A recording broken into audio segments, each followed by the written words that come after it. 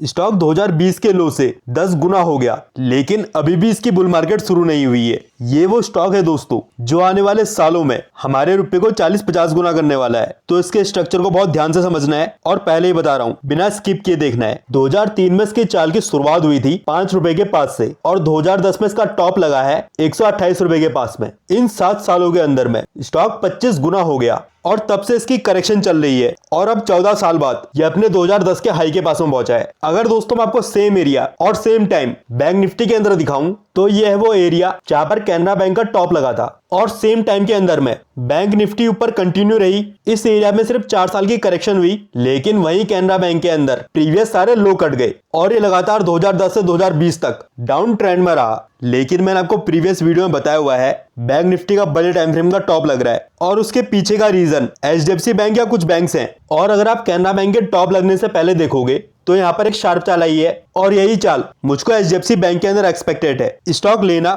या फिर नहीं लेना वो अलग पार्ट है और ना ही यहाँ पर मैं रिकमेंडेशन दे रहा हूँ, लेकिन नॉलेज के लिए पता होना चाहिए। इससे हमें मार्केट में डिसीजन लेने में हेल्प मिलती है। तो आपके मन में एक क्वेश्चन आ सकता है, इसने पिछले 10 साल तक परफॉर्म नहीं किया, अगर बैंक निफ्टी का टॉप लग गया तो ये ऊपर कैसे जाएगा? 8000 का इंडेक्स दोस्तों 53,000 पहुंच गया और इससे अभी तक 2010 का हाई कटा भी नहीं है, तो ये कैसे ऊपर जाएगा? जब इसने पूरी बुल मार्केट मिस कर दी तो अब क्या परफॉर्म करेगा?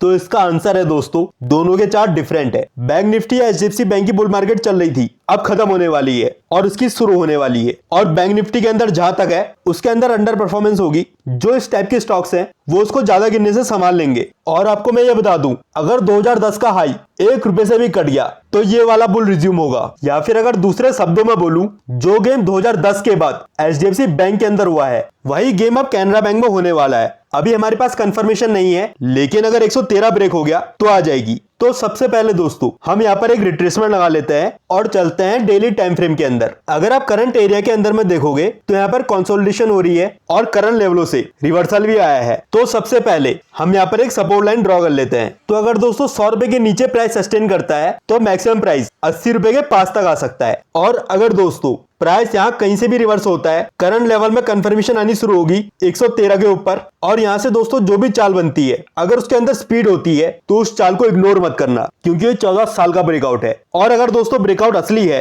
तो फिर चाल यहाँ से बढ़ जाएगी। और बैंक निफ्टी को साथ में देख लेना, वो अपने मंथली ट्रेंड में फंस रही है और अगर बैंक निफ्टी इस ट्रेंड के ऊपर सस्टेन कर लेती है तो हमको यहाँ से भी इंडिकेशन मिलेगा, क्योंकि नेक्स्ट चाल बैंक निफ्टी में बड़ी हो सकती है। सब कुछ इस वीडियो में डिस्कस किया हुआ है तो इसे एक बार देख लेना और कैनरा बैंक के इन लेवल्स को नोट कर लेना। एक लेवल ब्रेक होगा तो दूसरा आएगा और यही रेजिस्टेंस का काम भी करेंगे। लेकिन सुन लो, पहले जो चाल 2020 से शुरू हुई है अभी तक उसकी रिट्रेसमेंट नहीं हुई है और इसका मतलब है जब भी ब्रॉडर मार्केट के अंदर क्रैश आएगा तभी अपनी रिट्रेसमेंट पूरी करेगा। बस वहीं इसको बॉटम में पकड़ना है, क्योंकि इसका गेम हो गया है शुरू। 1 रुपए से भी अगर 2010 का हाई ब्रेक हो गया तो अब ट्रेंड कंफर्म हो जाएगा और साथ में ये भी कंफर्म हो जाएगा अब हमारा रुपया कम से कम इसके अंदर 10 गुना होने वाला है। लेकिन स्मॉलर टाइम फ्रेम के अंदर कुछ बातों का हमको ध्यान रखना है। पहला, इन लेवलों में फंसना नहीं चाहिए या फिर ब्रेकआउट के बाद ज्यादा टाइम तक ऊपर खड़े नहीं होना चाहिए, क्योंकि 14 साल का ब्रेकआउट है। तो यहाँ से जो भी चाल होनी चाहिए वो बड़ी होनी चाहिए। अगर ब्रेकआउट के बाद वापस से 100% के नीचे जाकर सस्टेन कर रहा है तो इसका मतलब है